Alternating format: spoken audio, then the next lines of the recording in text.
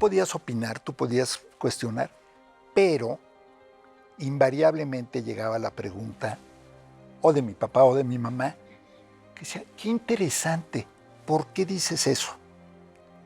Y entonces aprendías que las palabras tienen consecuencias. Putin es un jugador de ajedrez y es un jugador como los buenos jugadores de ajedrez, que va 3, 4 jugadas adelante de su contrario. En la vida pública, en la cosa pública, en la política, en el poder, todo es circular. No es cierto que todos los caminos conduzcan a Roma. Los lugares donde podemos ir son casi infinitos. ¿Ya decidiste dónde quieres ir hoy? Piénsatelo bien para no equivocarte. Toma en cuenta que el tablero de ajedrez ha cambiado. Hoy el rey se ha enterado que va desnudo. Y cuando el poderoso lo olvida, la verdad se encarga de desnudarlo. Hay que tener talento para pensar fuera de la caja, para combatir los prejuicios, los ajenos, pero sobre todo los propios. Cada quien posee una pieza única del rompecabezas. Por eso intentamos dialogar, para armarlo juntos. La palabra nos libera y la conversación nos empareja. Aquí no hay lugar común. Esta noche no hay lugar común. Tengo a Gabriel Guerra Castellanos, colaborador de ADN Noticias, amigo personal, tengo que presumirlo. Y además de darle la bienvenida, lo voy a llamar como lo pienso, publicista. Bienvenido. Muchas gracias. ¿Sabes por qué publicista? ¿Por qué, querido Ricardo? En el siglo XIX, incluso antes, en la época de la Revolución Francesa, los publicistas eran los que se dedicaban a lo público. Okay. No como hoy lo entendemos. Sí. Cualquier actividad pública les atraía, como es tu caso. Consultor, especialista en temas internacionales, funcionario público, diplomático, columnista, analista, en fin, no sé si hay algo de lo público que hayas dejado fuera de tu vida, estimado Gabriel. Fíjate que incluso hice trabajo partidista en alguna época hace muchísimos años, mucho trabajo también social. Entonces, no, creo que tu descripción, que al principio me sorprendió, empata perfecto con lo que ha sido mi interés desde toda la vida. Lo público, lo que está. Yo de niño me devoraba las noticias. Vivía yo fuera de México con mi madre y me devoraba las revistas, el Time y el Newsweek y los periódicos mexicanos que llegaban con enorme retraso. Siempre me ha interesado lo público y a eso me he dedicado. La infancia siempre es parte de como tema, digamos, de esta entrevista. Y tú compartiste, ¿no?, herencia con Ricardo Guerra, que es uno de los grandes filósofos de este país, con Rosario Castellanos, que decir, gran poeta de nuestro país. Y uno tiene la sensación contigo de que muy rápido fuiste adulto. Es decir, que la convivencia como hijo único con estas dos personalidades, pues muy rápido te hizo, no sé si entender el mundo, pero intentar entenderlo sí. Fíjate que yo Ricardo, fui medio hijo único, porque fui hijo único por lo de mi madre, 2 hermanos, medios hermanos mayores, pero medios hermanos siempre con trato de hermanos, del primer matrimonio de mi papá, que vivían con nosotros, con quienes yo crecí, una cosa que era altamente inusual en los años 60, que los hijos de un matrimonio se fueran con el papá y no con la mamá. Entonces mis hermanos vivían con nosotros. Entonces, y ya luego cuando me voy yo a vivir fuera de México con mi mamá, sí ya me vuelvo hijo único completo, pero creo que esta razón de crecer más rápido o no, habrá quien diga que lo inmaduro sigue asentado en mí. Aceptas con sinceridad la inmadurez que todos tenemos, incluso en la edad adulta. Sí, Eso es un rasgo de la adultez, por cierto.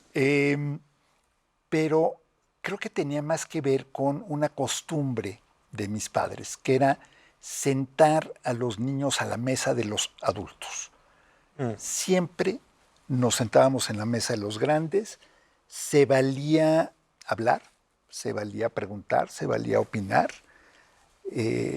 a diferencia de lo que decía Marx de su infancia, Groucho, no Carlos, que decía que hasta los 9 años él creía que su nombre era Cállate, shut up, ¿no? En tu caso era habla, opina, no, fíjate, discute. Era muy curioso porque tú podías opinar, tú podías cuestionar, pero invariablemente llegaba la pregunta o de mi papá o de mi mamá, que decía, qué interesante, ¿por qué dices eso? Y entonces aprendías que las palabras tienen consecuencias. Que si decías cualquier cosa, venía la necesidad de elaborar. Y que tendrías que sustentar lo que ibas a decir. Entonces eso te volvió un poco más prudente, ¿no? Pero sí, crecer junto a los grandes, y cuando digo los grandes me refiero a los adultos, y me refiero también a que por esa casa desfilaban personajes de todo tipo. ¿Podrías definir la palabra prudencia? ¿Cómo la entiendes tú, la prudencia? Sobre todo en una época tan complicada como esta, en que hay que habitar la incertidumbre con prudencia, y me gusta el consejo, pero luego no sé con qué se come eso. Yo creo que la prudencia es el instinto de preservación. O sea, lo mismo, ese mismo chip que hace que no cruces la calle sin voltear a ver, que no te lances del precipicio por bella que se vea la caída o el agua al fondo, que no contradigas, al menos en público, a tu suegra. Que no comas con la boca abierta si estás en una cena de gala. Que, o sea, son esas cosas que tienen que ser instintivas. Hay quien no tiene ese chip. Yo tengo la impresión de que esta no es una época prudente. Es decir, yo veo algunos liderazgos, pensemos en Donald Trump, ¿no? En Putin, en Xi Jinping, ¿no? En fin, te puedo seguir si quieres. Cualquiera de los grandes líderes hoy que están empujando el mundo, quién sabe a dónde, no tienen ese instinto de supervivencia. Fíjate que voy a discrepar. Yo creo que Putin, por ejemplo, lo tiene clarísimo. Putin es un jugador de ajedrez. Y es un jugador como los buenos jugadores de ajedrez, que va 3, 4 jugadas adelante de su contrario.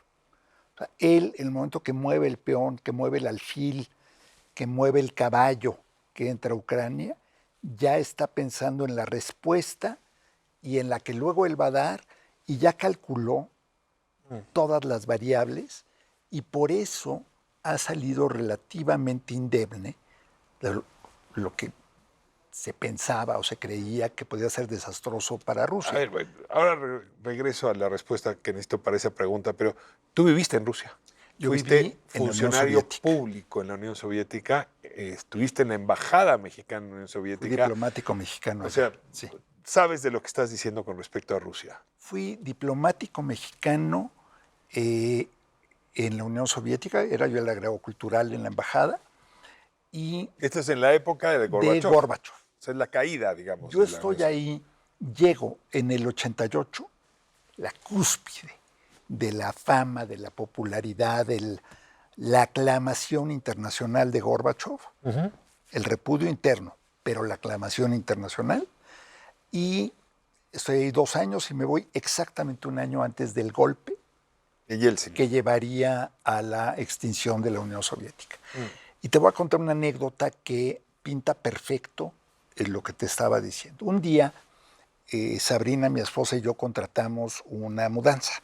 Entonces íbamos a mudar de un departamento a otro, y como todo lo que se contrataba en la Unión Soviética, pues tuvimos que recurrir por subterfugios a una mudanza no oficial, que eran los domadores, no es cierto, era el transporte de los leones del Circo de Moscú, que en las noches, o sea, nunca el término moonlighting ha sido más adecuado, o los fines de semana hacían mudanzas. En algún momento de la mudanza se raspa un mueble, Sabrina con toda razón se irrita, le reclama al encargado, que tenía un vozarrón así, se tensan las cosas, y bueno, de repente él voltea y ve mis tableros de ajedrez, y me dice, ¿juega usted ajedrez? Y yo le contesto con esta suficiencia que tenemos los que no somos tan prudentes. Le digo, sí, claro. Me dice, le echo un juego. el conductor del camión de los Leones del Circo de Moscú me ha puesto una revolcada. Me ganó 3 partidas cada Y vez se más llamaba rápido. Vladimir Putin. Pero... Bueno, Bueno, pero a ver, ya salvaste a Putin de esta. Déjame dejarlo ahí. Trump no es un liderazgo prudente. no, Trump no es un jugador de Es un ajedrez. liderazgo polarizante. Pero bueno, yo creo que podemos ver varios ejemplos alrededor del mundo. Puedes ver a Trump, puedes ver a Milei, puedes ver a Netanyahu, puedes ver a los nuevos liderazgos en Europa, no solamente en Francia, donde ya hemos hablado mucho del tema, en Holanda, en los Países Bajos, o en Hungría, un con Orbán. radical de derecha. Ok. Bueno, ¿a qué voy? Los extremos están adueñando cada vez más de la conversación pública. ¿Cómo se vive con prudencia en un escenario así? Yo creo que entendiendo primero qué cosas sí se prestan para que uno incida, qué cosas no. Yo sí creo que la inevitabilidad es algo que tenemos que aprender a aceptar y que tenemos que aprender a entender. Y que son pocas cosas las que controlamos y las demás hay que Mira, yo creo verlas pasar, ¿no? Yo creo que hay muchas cosas en las que podemos incidir de una manera pequeña o grande. Y, en fin, podríamos dar 1000 ejemplos y 1000 anécdotas de ello, desde cómo tratas a una persona en la calle, cómo tratas a quien te atiende en un restaurante. Pero no culminarías a que todos perdiéramos la prudencia, pues Pero si ya no es un requisito para la yo creo, regla de convivencia. pero yo no creo que la estrategia de llegar a jalar el mantel y romper la vajilla sea una estrategia perdurable. ¿Por qué? Porque las vajillas se acaban, los manteles se rompen. Por supervivencia, dijiste.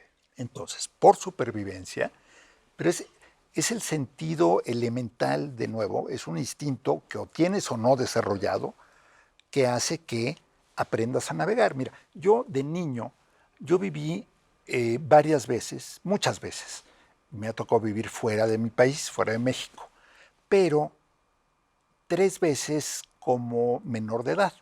Una a los 5 años, otra de los 9 a los 12 y una tercera a los 16, ya hasta los 21. Bueno, ¿qué aprendes como niño o como adolescente en un lugar extraño, en una escuela nueva, con compañeros nuevos? A navegar, a sobrevivir, a sacarle la vuelta al bully, a ver de quién te haces amigo, a ver cómo logras encajar sin perder tu esencia. Y eso al final es lo que tenemos que seguir haciendo. Obviamente te estoy preguntando por estas lecciones aplicadas a México. Tú dirías, México, conoces bien la escena internacional, ¿cómo debería navegar? Tú como analista internacional, como columnista en este tema, como analista, ¿cómo tendríamos que navegar estos tiempos? Tú ves aquí enfrente a quienes dirigen los destinos del país, ¿qué les dirías? Mira, Ricardo, yo creo que, en primer lugar, recordar que en la vida pública, en la cosa pública, en la política, en el poder, todo es circular, ¿no? No es una montaña rusa, ¿no? Aunque es la analogía que todo el mundo usa, no. Es más bien una Es una- elipsis como la de los planetas alrededor. Es la rueda de la fortuna. Sí. La rueda de la fortuna, en que no hay fortuna, simplemente te toca estar arriba, te toca estar abajo. Entonces tienes siempre que pensar, y esto es algo que deberían tomar en cuenta tanto oficialistas como opositores, tanto funcionarios como ciudadanos, que un día puedes estar del otro lado. Hay que vivir como si uno pudiera estar del otro lado. Hay que trabajar, hay que actuar pensando en que podrías estar del otro lado. O sea, que el dueño del circo te podría hacer jaque mate sobre el tablero de ajedrez. El dueño del circo te puede revertir las cosas, pero también, si tú estableces unas reglas de entrada muy estrictas, te puede llegar a pasar un día que al que no dejen entrar seas tú. Si tú rompes con la civilidad, te puede pasar un día que te los den el portazo. inciviles lo sean contigo. Gabriel Guerra, muchísimas gracias por acompañarnos Gracias, en esta mi querido conversación. Lástima que sea tan breve, Tan breve, pero con usted lo sé muy bien, no hay lugar común. Muchas gracias. Nos encontramos en la próxima. Sábado que entra, 10 de la noche, ADN Noticias. Aquí no hay lugar común.